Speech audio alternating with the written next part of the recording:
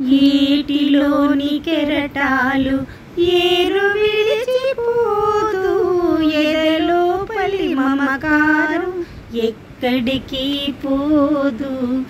ఏటిలోని కెరటాలు ఏరు విడిచిపోదు, ఎదలోపలి మమకారం ఎక్కడికి పోదు, ఎక్కడికి పోదు, ఎక్కడికి పోదు.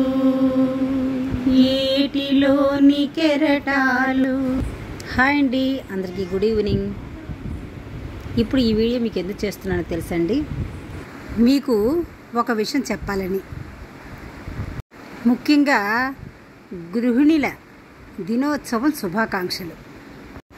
ఆడది అంటే సెలవు ఎరుగని శ్రామికురాలు, జీతం తీసుకొని కార్మికురాలు, అన్నీ తానై నడుం కట్టి సంసారాన్ని ముందుకు నడిపించే యజమానురాలు.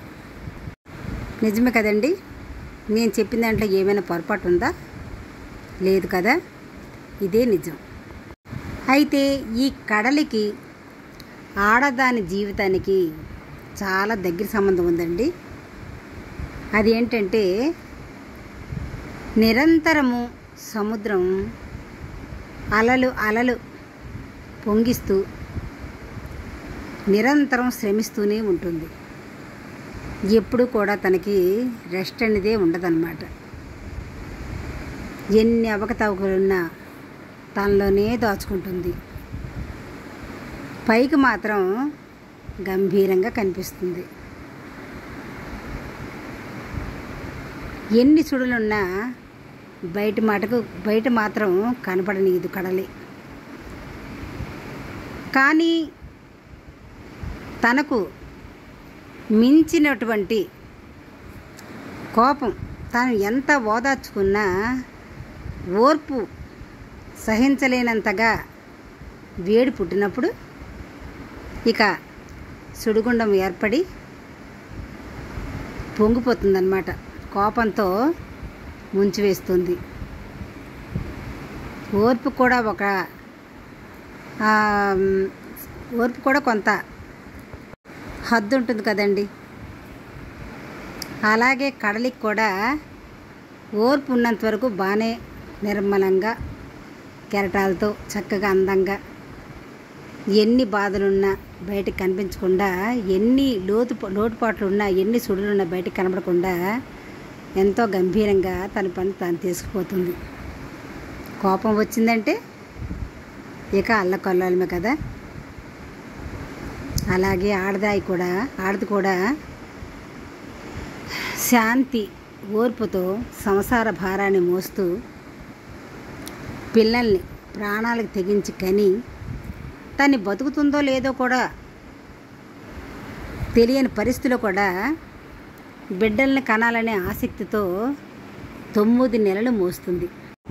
తీయని కళ్ళకంటుంది. బిడ్డ పెరగాలని, ఆరోగ్యంగా ఉండాలని టెస్టులు చేయించుకొని, ఇంజెక్షన్ చేసుకొని, చేదైనటువంటి మందులు మింగి, తనకి కడుపుకు పట్టకపోయినా బిడ్డలు పెరగాలని ఇంత ఎలాగో ఇష్టపెట్టుకుంటూ తింటూ బిడ్డల మీదే మనస్సుతో అన్నీ కూడా ఇష్టపెట్టుకొని మరీ తిని బిడ్డను పెంచుతుంది కడుపులో. బిడ్డ 9 నెలలకి సంపూర్ణ ఆరోగ్యంగా ఉన్నది అంటే ఎంతో ఆనందపడుతుంది తల్లి.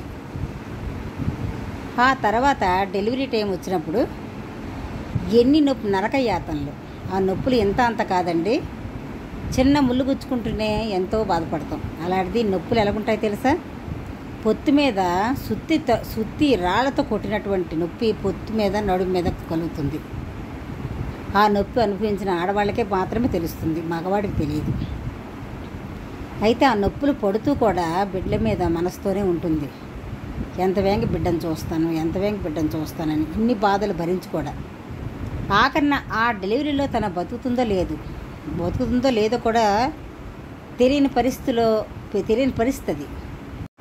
తనకు తెలుసండి, ఆ డెలివరీ టైంలో తను చావు బతుకుల మధ్యన నలుగుతుందని తనకు తెలుసు. డెలివరీ అయ్యి బిడ్డకు జన్మనిచ్చి తను మళ్ళీ జీవితంలోకి మళ్ళీ కళ్ళు తెరిచి చూసింది అంటే తను మళ్ళీ పుట్టినట్టని తనకు తెలుసు. ఆ నిర్ణయంతో, ఆ నమ్మకంతో బిడ్డనికి జన్మనిస్తుంది ఆడది. పుట్టిన బిడ్డకు కడుపు నిండా పాలు ఇస్తుంది. రాత్రి పగలు నిద్రాహారాలు లేక కష్టపడి బిడ్డను పెంచుతుంది. కనీసం భర్తకు కూడా చెప్పకుండా తనే కష్టపడాలనుకుంటుంది. మళ్ళీ భర్త ఆరోగ్యం పోకూడదు, భర్త నిద్ర లేకుండా ఉండకూడదు, ఆ బాధ ఏదో నేనే పడతానని బిడ్డల్ని రాత్రి పగలు కూడా కంటి రెప్పలా కాపాడుకుంటుంది, పెంచుతుంది. తర్వాత పిల్లలకి అనారోగ్యం వచ్చినప్పుడు రాత్రి పగలు కూడా నిద్రాహారాలు లేకుండా కాపలా ఉంటూ బిడ్డను కాపాడుకుంటుంది, పెద్ద చేస్తుంది, పెంచి పెద్దవాళ్ళని చేస్తుంది. తను తినినా తినకపోయినా వాళ్ళకే తిండి పెడుతుంది. తనకి ఒంట్లో బాగున్నా బాగులేకపోయినా, తీవ్రమైన జ్వరం ఉంటున్నాక సరే భర్త ఆరోగ్యం కోసం, పిల్లల కోసం వండి పెడుతుంది. తను ఎంత నీరసం ఉన్నా ఎట్టి పరిస్థితుల్లోనూ కూడా వాళ్ళని ఉపవాసాలతో ఉంచదు ఆడది. తన ఉపవాసం కూడా చేస్తుంది వాళ్ళంతా బాగుండాలని. బిడ్డలకు తల్లే ఫస్ట్ గురువు. మంచి ప్రయోజకులు అవ్వాలని క్రమశిక్షణతో, ప్రేమతో, బాధ్యతతో పెంచుతుంది తల్లి. ఆడది సెలవు ఎరుగని శ్రామికురాలు, జీతం తీసుకొని కార్మికురాలు. అన్నీ తనే నడుము కట్టి సంసారాన్ని ముందుకు నడిపించే యజమానురాలు. అందుకే ఆడదానికి అంత గౌరవాన్ని ఇచ్చారు. శాస్త్రంలో కూడా ఉంది, భూదేవితో సమానంగా ఆడదాన్ని చూపించారు. ఆడదానికి ప్రత్యేకమైన స్థానాన్ని ఆ భగవంతుడు ఇచ్చాడు. గౌరవాన్ని ఆడదానికి ప్రత్యేకంగా ఆ భగవంతుడు చూపించాడు. అందుకే శాస్త్రంలో కానీ పూర్వీకులు కానీ ఆడదాన్ని భూమాతగా పోల్చి గౌరవించారు.